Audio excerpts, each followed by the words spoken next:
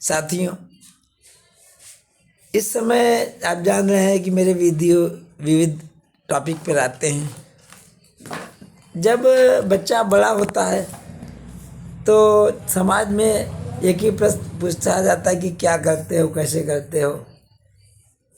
और हमारे जो समाज में मानसिकता है कि सरकारी नौकरी जो है मिल जाए कितना अच्छा रहे।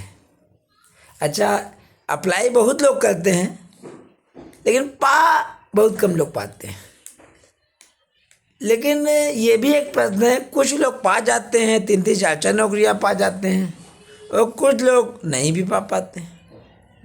साथियों, तो मैंने टाइम लिया था, हमारे गोविंद जी हैं, उत्तर प्रदेश सचिवालय में नौकरी करते हैं और मैंने सोचा कि जो बेरोजगार लोग हैं, हो सकता है कि कहीं ना कहीं अच्छे आदमी से बात होती है, ऐसे सफल आदमी से, तो एक दिशा मिलती है। गोविंद जी, आपका हमारे चैनल पर स्वागत है। बहुत बहुत धन्यवाद साहू जी। तो मैं ये बताइए कि इस समय पूरा अपना नाम, पदनाम, कहाँ कार्यरत है, पूरी बात बताइए।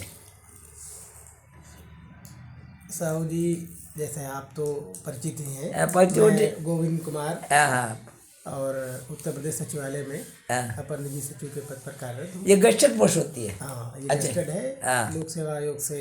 अच्छा, लोक सेवा आयोग के माध्यम से चयन होता है। चयनित हुए हाँ। और यहाँ पर कार्यरत हूँ। साथियों देखिए, गोविंद जी हैं, कितने साल से कार्यरत हैं यहाँ पर? यहाँ 7 साल हो रहा मुझे। इसके पहले भी नौकरी की है? हाँ, इससे पहले मैं पावर कारपोरेशन में था। अच्छा। इससे पहले मैं एक गोरखपुर विश्वविद्यालय वहाँ पर था और उससे पहले मैं गोरखपुर औद्योगिक विकास प्राधिकरण था, उसमें था। मतलब ये चौथी नौकरी है? हाँ। साथियों, हंसी आती है सुन के। एक नौकरी में जो है आदमी नानी आ जाती है, लेकिन जो है इनको लगातार एक के बाद एक चौथी नौकरी। आज की डेट में भगवान मिल जाते हैं लेकिन नौकरी नहीं मिलती है। साथियों, इनके लिए 2 लाइन कहूँगा। वो पथ क्या पथिक कुशलता क्या, जिस पथ पे बिखरे शूल ना हो, नाविक की धैर्य कुशलता क्या, धाराएं प्रतिकूल ना हो। ऐसे है गोविंद जी। तो ये बताइए, जब आपने स्टूडेंट लाइफ रही होगी हैं, इसके बारे में सोचा कब आपने? नहीं, स्टूडेंट लाइफ में कैसे सपना आया? अब स्टूडेंट लाइफ में जैसे हमारी प्रारंभिक शिक्षा तो गांव के बड़े शहर के इंग्लिश गांव में रही। बेसिकली गांव को मिला करते हैं। उसके बाद में गांव में भी जहां पढ़ाई हमारी हुई, खैर वो बेसिक मोंटेसरी स्कूल था उस समय के। वहाँ किस गांव का? हमारे गांव के ही। कौन सा गांव आपका? हमारा गांव ही लखनऊ में पड़ता है और एक हमारे गांव के ही शिक्षक थे। उन्होंने बीकॉम LLB वगैरह किया था। उन्होंने फिर गांव में आकर के एक स्कूल खोला, उसी में हमने भी जाना शुरू किया। तो वहाँ कक्षा 8 तक तो हमारी पढ़ाई वहाँ हुई। हाँ। उसके बाद में फिर मैं यहाँ पे राजकीय जुबली इंटर कॉलेज। अच्छा, गवर्नमेंट कॉलेज में यहाँ भी रहे। हाँ। तो मतलब आपने इंग्लिश मीडियम पढ़ाई कभी नहीं की? इंग्लिश मीडियम पढ़ाई नहीं। साथियों देखिए, जो लोग आज मोटी मोटी फीस देते हैं इंग्लिश मीडियम स्कूल में, समझते हैं कि सरकारी स्कूल वाला जो है कुछ नहीं कर पाता। लेकिन चाहत हो ना, तो वही बात है कि चाहे जितना मजबूत ढक्कन लगाओ, भाप जो है बाहर आ जाती है। तो ये बताइए कि नौकरी का सपना और जो नौकरी कर रहे हैं, इसके बारे में किसने बताया आपको?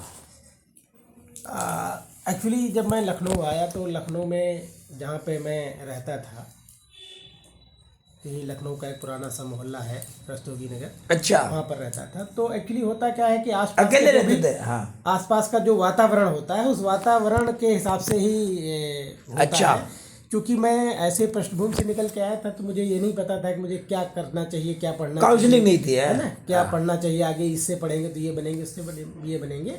तो मेरे दिमाग में आया कि कहीं ना कहीं मुझे कुछ नौकरी मिल जाए। अच्छा, रोजगार हो जाए। ये कब की बात रही होगी? ये तो करीब हमारे ग्रेजुएशन कंप्लीट होने के बाद। ईयर क्या रहा होगा? 2003 के आसपास। 2003 मतलब 23 साल पहले। 23 साल पहले। हाँ ठीक। ग्रेजुएशन के समय आपने सोचा?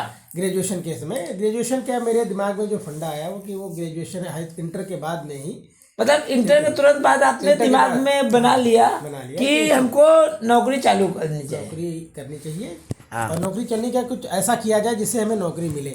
अच्छा। तो मैं इस फील्ड में आ गया, मान लीजिए कि कहीं तो ये स्टेनो के बारे में कैसे ख्याल आया?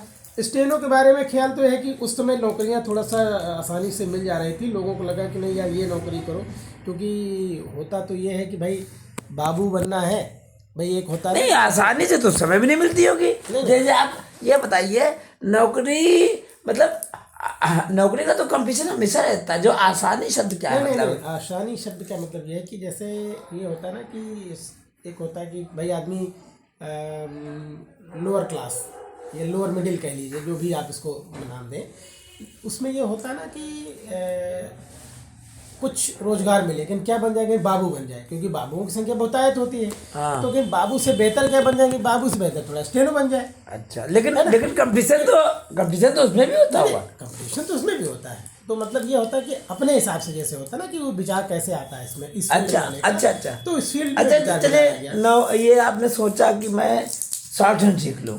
अच्छा, शॉर्ट हैंड जब सीखा तो शॉर्ट हैंड सीखने में क्या लगा कि किस लेवल से क्या तरीका रहा कि आपने 4 कंपटीशन बीट किए, उसमें क्या ध्यान दिया आपने?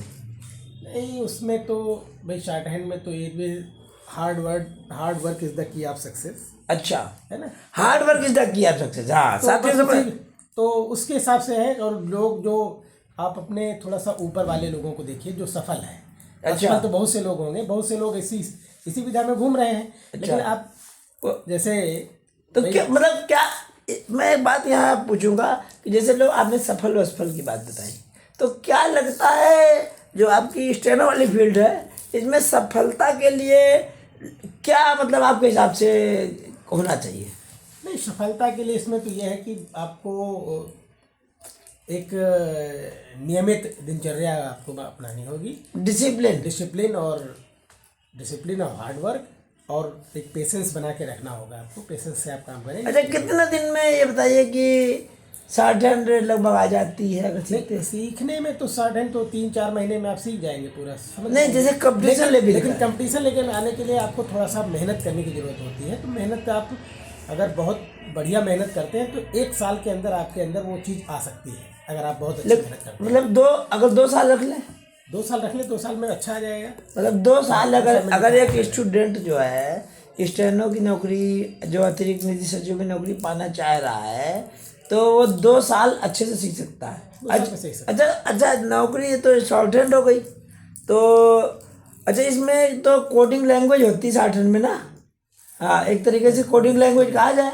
तो इसको सीखने में और क्या चीज़ विशेष ध्यान रखना पड़ता है, उसमें भी प्रॉब्लम होती होगी? नहीं, इसमें तो ये है ना कि आप अपने लिखी हुई लैंग्वेज, कोडिंग लैंग्वेज है, आपको किस हिसाब से उसको आप पढ़ पा रहे हैं, किस हिसाब से समझ पा रहे हैं, ये इसमें बस आप इसके लिए क्या फोकस करना पड़ता है? नहीं, इसके लिए आपको ऐसा टेक्निक आपको अपने आप से बनानी है कि आपको उसमें कोई चीज़ पढ़नी है, कमांड हो कि हमने अगर ये चीज़ लिखी तो ध्यान रहे कि हमने यही चीज़ लिखी थी। ये अच्छा, हमने कोई एक सिंबल बना दिया कि एक पिरामिड बना दिया, उस पिरामिड का अर्थ क्या होगा, फिर वो पिरामिड आपको देख करके पता लग जाना चाहिए कि इस पिरामिड से यही चीज़ है। अच्छा, ये चलिए, ये तो एक तरफ तो आपकी शॉर्ट हैंड हो गई, लेकिन जब आप कंपटीशन देते हैं तो कंपटीशन में खाली शॉर्ट हैंड होती है, कुछ और भी चीज़ें आती हैं? कंपटीशन में तो बहुत सारी जो जनरल नॉलेज है, तमाम से चीज़ें जो जनरल नॉलेज आती है, और क्या क्या?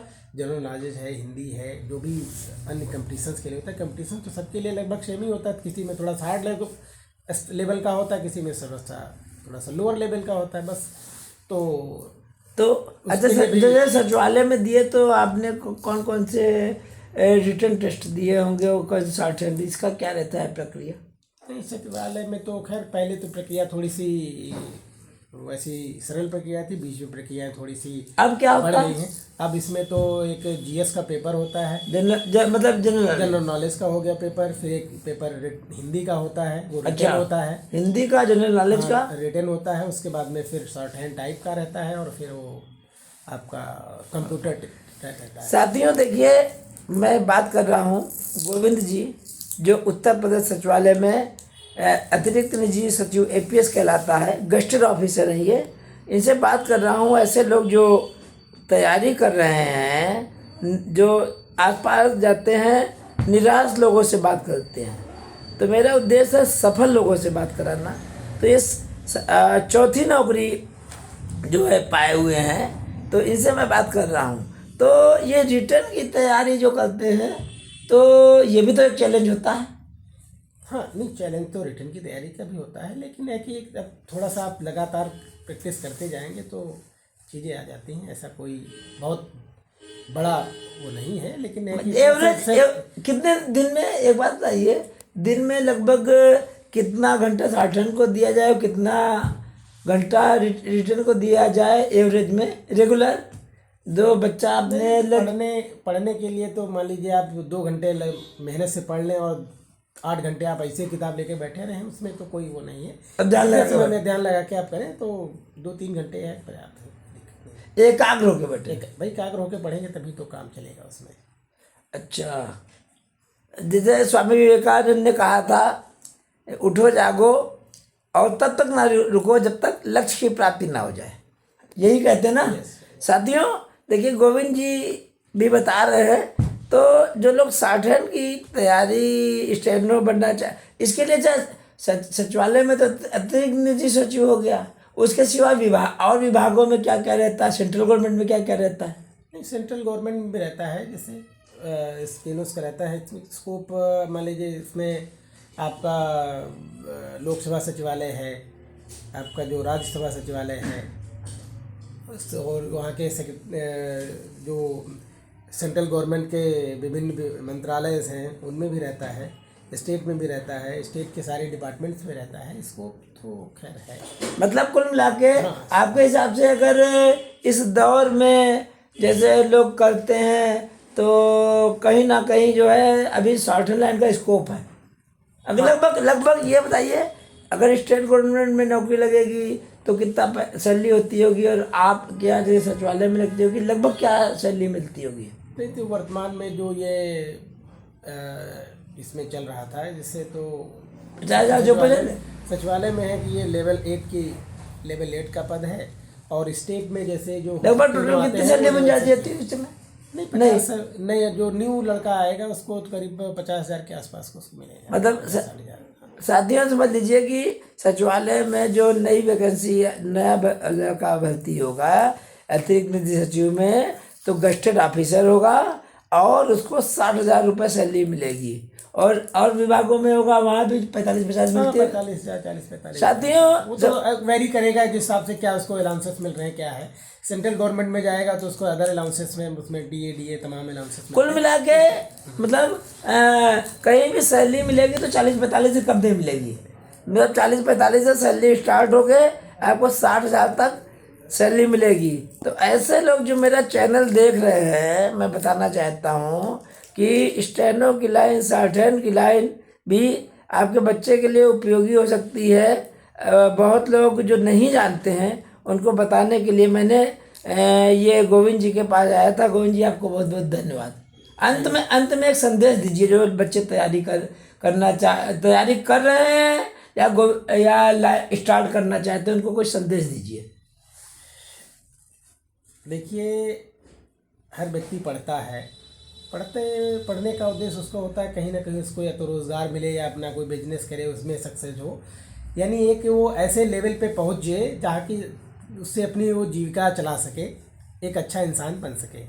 और रही बात तैयारी करने की, मान लीजिए नौकरी पाने की, तो नौकरी के लिए तो आपको हार्ड वर्क करना पड़ेगा, और सही दिशा में सीधी सा एक जो कटु सत्य ये है कि जहाँ पर जो सिलेक्टर होता है, जो सिलेक्ट कर रहा है, विभाग है, कमेटी है, तो कहीं ना कहीं जब उनको रेस में दौड़ने वाले घोड़े मिल रहे होंगे, तो फिर गधों को, खच्चरों को फिर कोई पूछता नहीं है। इसका मतलब आपको उस रेस का घोड़ा बनना है जो तेज दौड़े और समझदारी से दौड़े, यही एक है। तो आप घोड़ा बने, गधों के पीछे ना पड़े। साथियों, हमारी गोविंद जी से बात हो रही थी, बहुमूल्य समय दिया गोविंद जी, बहुत बहुत धन्यवाद, आभारी हूँ आपका। मिलता हूँ फिर किसी नए टॉपिक को लेकर इसी तरीके।